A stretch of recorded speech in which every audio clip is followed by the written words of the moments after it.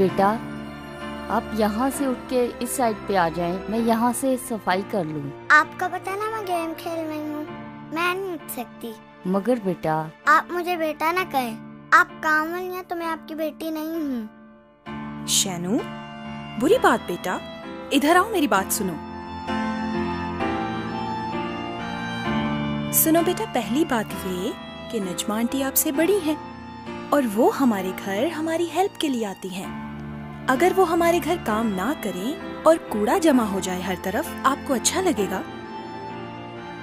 बेटा, जैसे नजमा आंटी हमारे घर काम के लिए आती है ना, वैसे ही मैं और आपके बाबा भी ऑफिस जाते हैं। हम सब बराबर हैं, कोई भी किसी से कमतर नहीं। खुदा ने सबको एक जैसा बनाया है। आपको मेरी बात समझ आई क्या? जी मामा। अब आप जाओ और नजमा आंटी से सॉरी बोलो। Sorry aunty. कोई बात नहीं बेटा।